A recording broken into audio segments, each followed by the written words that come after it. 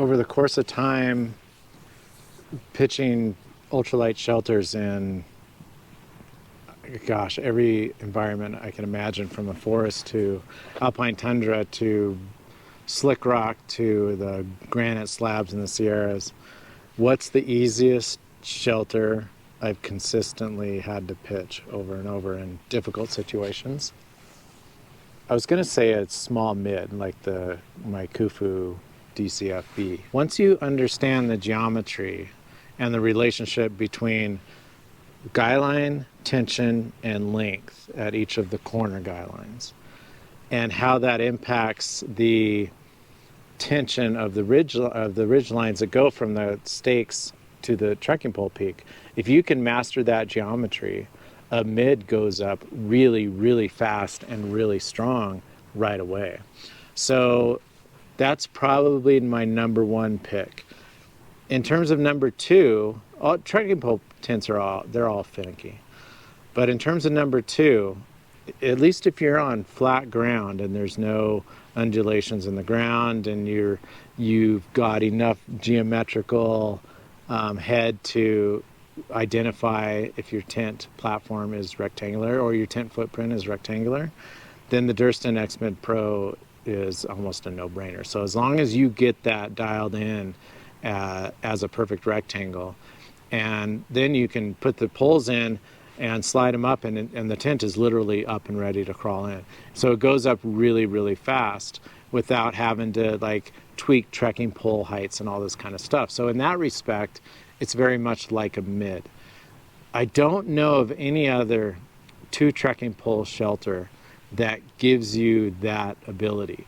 They all require some iterative process of adjusting guylines, putting the trekking poles in, adjusting guylines, getting the trekking pole heights dialed in, and you don't have rulers out there. You don't really know if your trekking pole is set at 47 or 49 centimeters, especially if the tip's in the ground and going into the ground, and who wants to fool around with that? I know there's markings on your trekking poles, but I like intuitive pitching, and the Durston X-Mid Pro seems very intuitive to me.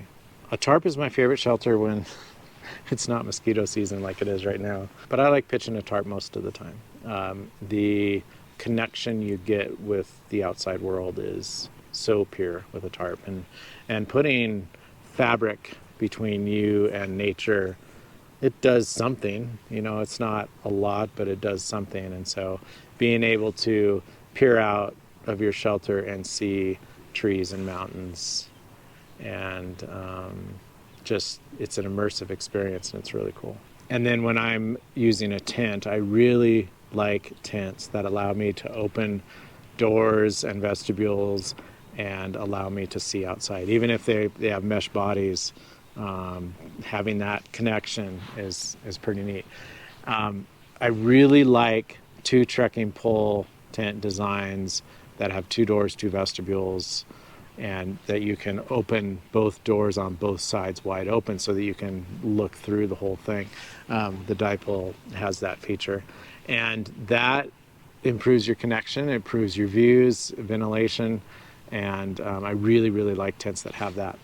And I like them to be made of Dyneema composite fabrics because it's translucent, and so you can actually, I was sleeping in a Hyperlight DCF mid last night, and I could see the outline of the trees and the blue of the sky this morning through the fabric. And so you've got options on the market to improve your connection with nature, even in a tent. But there's something special about a tarp, and there's something special about a bivvy. You don't really pitch a bivvy, but bivvy sack camping is probably my favorite.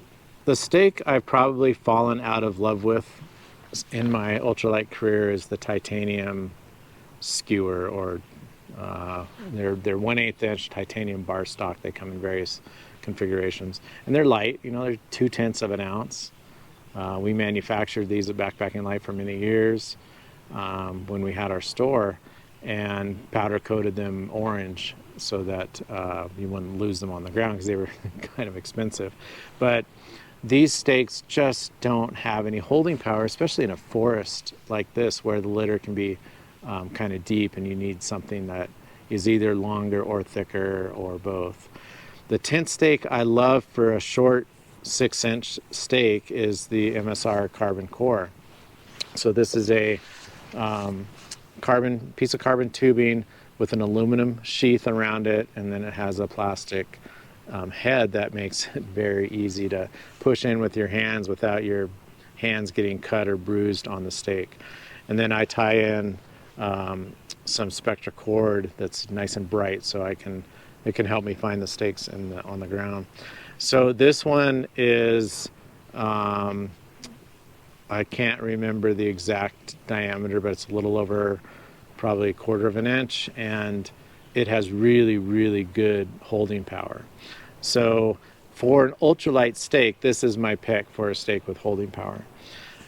I think you should carry a variety of stakes, and I carry something like an 8-inch Easton tubular aluminum stake. I usually carry 4 of those, or 4 MSR groundhog stakes, the long ones, the 7 or 8 inches.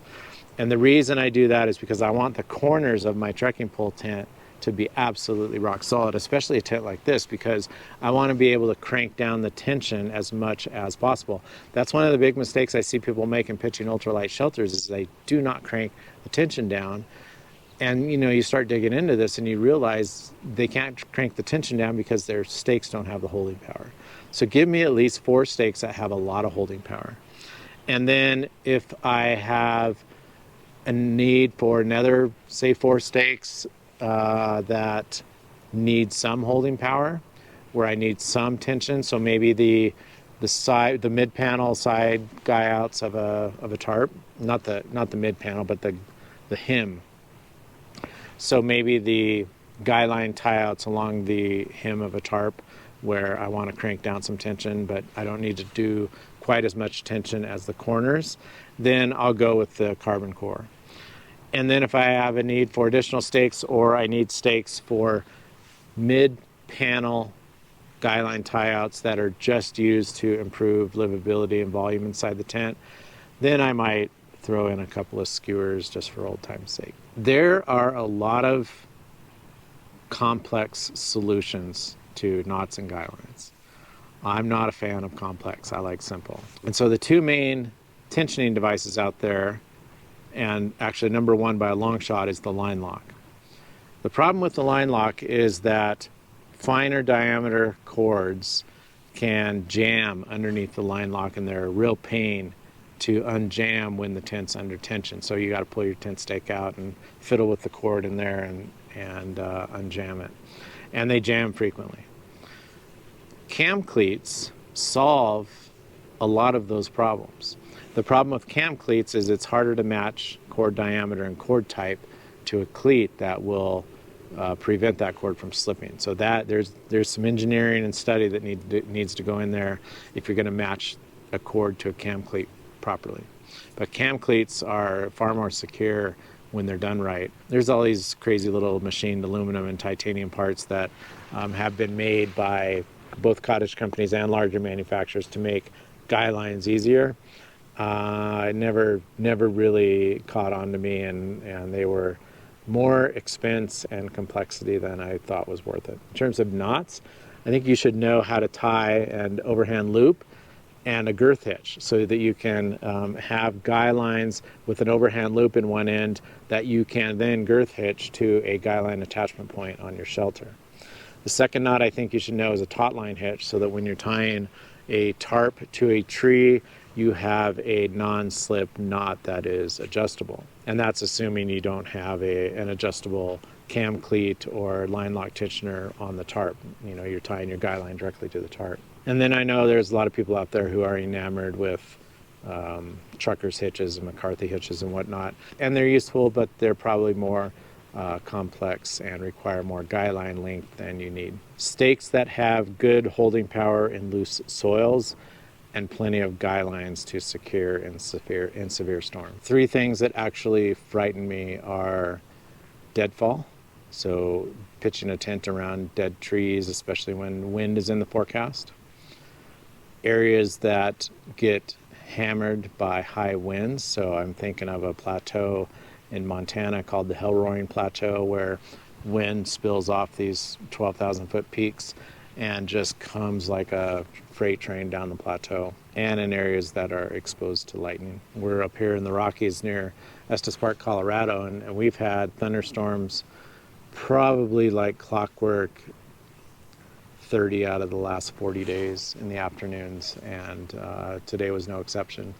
So it's nice being down here a little bit and not be the highest thing around. I mentioned this before, but I think not pulling enough tension on guy lines that are structural guy lines like your corners, and pulling too much tension on non-structural guy lines like mid-panel tie-outs. The second mistake is not using stakes that have decent holding power in loose soil so you can exert some tension on them. And then the third mistake is just not having symmetry in the tension surrounding your shelter, and that results, for example, in a mid or even a 2 trekking pole shelter like this, that might result in one corner seam that's really tight and the other one that has this really steep catenary curve on it. Well, I have used them in the winter. I've used all of them: tarps, bivy sacks, pyramids, trekking pole tents. I like pyramids for snow shedding ability, but I like a trekking pole tent like this for its stability, and this particular one has a solid fabric inner tent, which is really, really nice in the winter. It helps mitigate condensation, keeps you a little bit warmer, keeps spindrift out of the tent. I haven't decided. Probably going to be made of DCF. Probably be a 2 trekking pole, 2 entry, side entry trekking pole tent, because I like the ventilation and views that come with that, and having 2 vestibules to store gear, organize, cook, and whatnot. So that'll be my choice during bug season. Once the mosquitoes calm down, which is going to be very late this year, probably well into August, late August, I'm probably going to switch to a bivy sack and a tarp again. There's just something about it.